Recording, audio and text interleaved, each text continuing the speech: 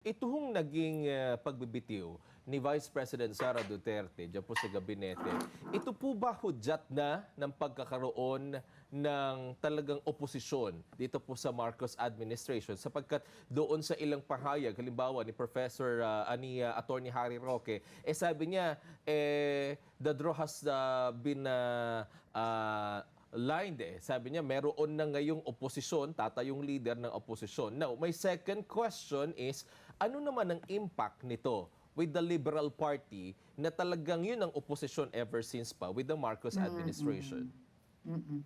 Alam mo, hindi naman ayokong maniwala na siya yung magiging oposisyon kasi sa 2 years na siya inahalal, wala naman akong nakitang pwedeng maisip na oposisyon ng mga Duterte. Okay.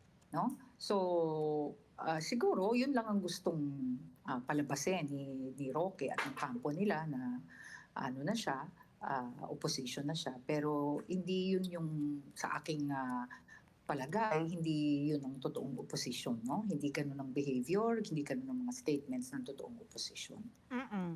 Yung Faction lang siya, faction. Okay. Tanungin ko lang, Professor Jean, what do you think of the timing? No, kasi merong mga nagsasabi, bakit ngayon lang? Bakit ngayon lang? Parang huli na. And also leading up to the 2025 elections, ano? Yes. Yun yung may kinalaman definitely yung 2025 elections. Kailangan marami ring manalo na pro Duterte, di ba? Especially kung gusto nilang manalo sa 2028. So, isa rin yun. Tapos, pangalawa, hindi rin siguro meron din siyang konsultasyon sa kanyang mga kaalyado bago niya inisip mag-resign. At tapos, pangatlong SONA ng Pangulong Marcos sa July. So, yun din tingin ko yung isang timing. Hindi ko alam kung anong pwede niyang pasabog doon before or after the SONA. Pero ang mahalaga siguro para sa kanila, mas magiging malaya siya, no?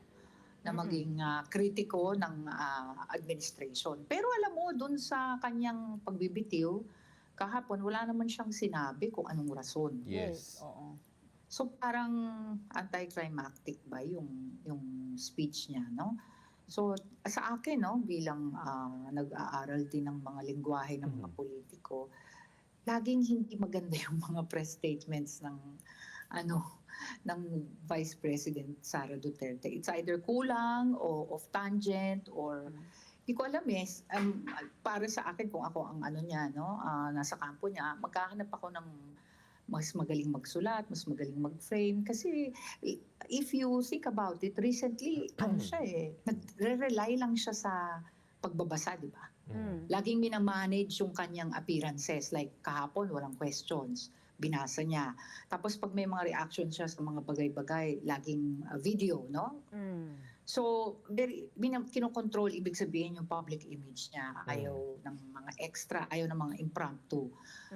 Siguro may kinalaman yan dun sa mga, in the past, may mga nasabi siya na parang naging viral na lalong hindi nag-backfire sa kanya.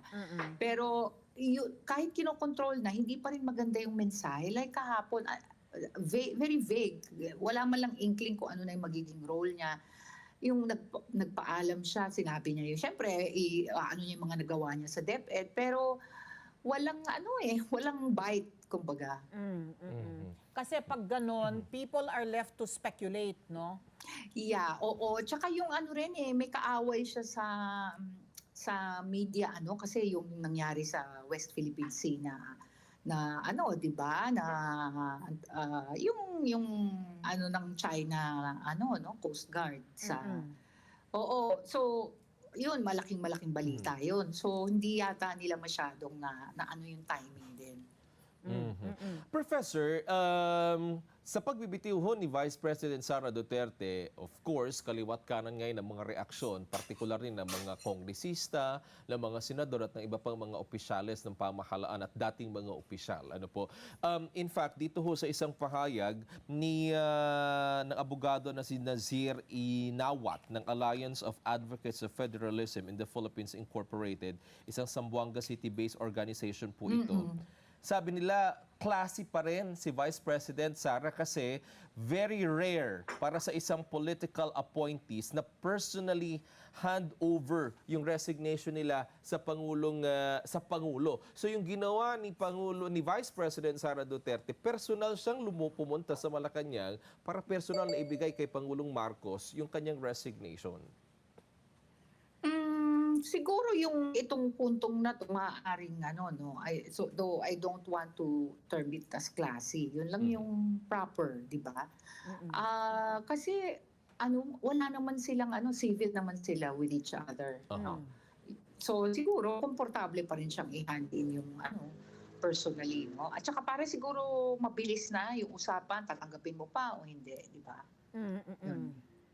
Baka kasi gusto niya talaga kahapon yung resignation niya. Let's get together. Sunday 25.